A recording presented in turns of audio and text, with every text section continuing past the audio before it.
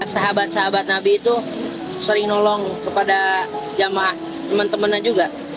Dan Allah Subhanahu wa Ta'ala itu langsung memberikan pertolongan kepada orang-orang itu.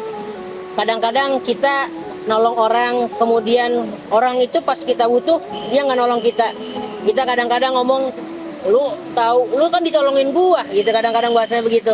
Masa lu sekarang gua butuh lu nggak nolongin gitu. Padahal ada orang Allah nyiapin lagi orang yang baik yang kadang-kadang kita juga nggak kenal dia siapa, tiba-tiba nolongin kita gitu tuh.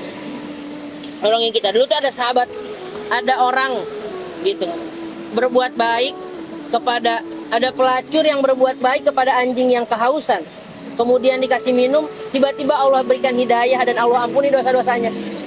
Itu kan sebuah amal baik yang kita nggak tahu sebab amal itu menjadikan asbab kita ini masuk surganya Allah Subhanahu wa Ta'ala. Dan kata Nabi SAW, siapa orang yang mau ditolong hidupnya, siapa orang yang mau dibantu dalam kesusahannya, maka silahkan tolong dan bantu teman-temannya semampunya, kata Nabi gitu. Ada orang dulu, orang kaya di bulan Muharram, orang kaya didatengin sama orang miskin, kata gitu.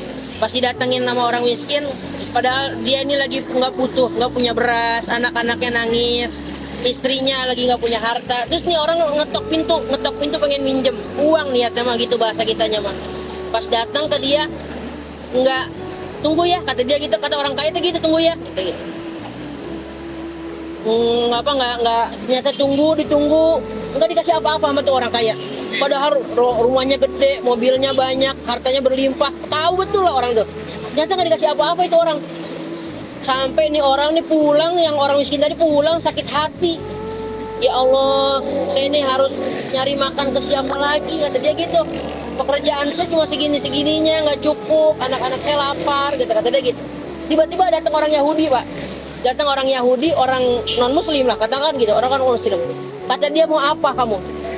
Saya mau, ya saya butuh beras, saya butuh makan, gitu. Saya butuh biaya anak saya sekolah.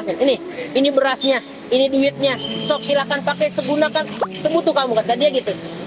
Pas sudah selesai gitu, ini orang udah sampai rumahnya, orang miskin ini girang bener.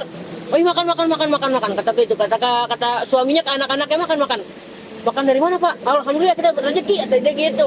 Mendoa, ya Allah, mudah-mudahan tuh orang rezekinya banyak, tambah berkah. Padahal dia nggak tahu kalau itu orang Yahudi, Pak. Masya Allah. Tiba-tiba itu orang Yahudi mimpi tidur ternyata dia diberikan dalam mimpi itu, dia dalam suatu ruangan besar, indah, makanan banyak, duduk di bangku emas, kata gitu.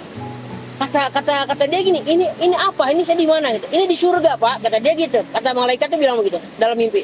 Ini surga. Kamu bisa mendapatkan ini, kamu boleh mendapatkan semua kenikmatan, ya hartanya, ya makanannya, ya rumahnya, dan istri-istrinya, permaisurinya, dapatkan kamu ini dengan kamu mengucapkan la ilaha illallah Muhammadur Rasulullah. Gara-gara itu dia langsung bangun, langsung dia mengucapkan asyhadu alla ilaha illallah wa asyhadu anna Muhammadar Rasulullah.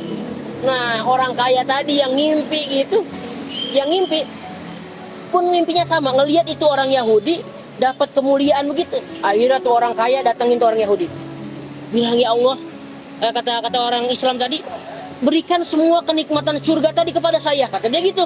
Kata orang Yahudi, enggak, saya yang udah ngasih beras, gitu tuh, gua yang udah ngeluarin harta, masa iya lu yang dapat surga, gitu kata dia.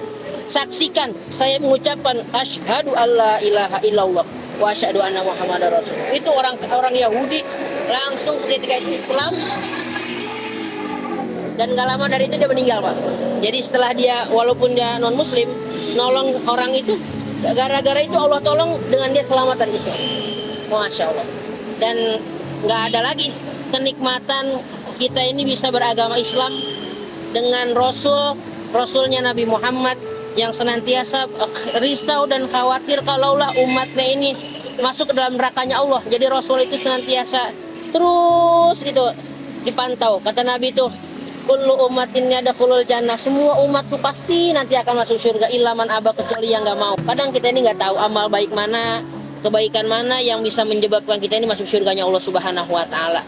Maka mudah-mudahan dengan kita ini, usaha kita, pekerjaan kita, dagang kita, Allah Subhanahu wa taala itu menjadikan asbab kita ini masuk surga Allah Subhanahu wa taala. Rezeki kita jadi berkah, keluarga kita pada sehat walafiat, Allah jauhkan diri kita daripada bala, bencana, musibah.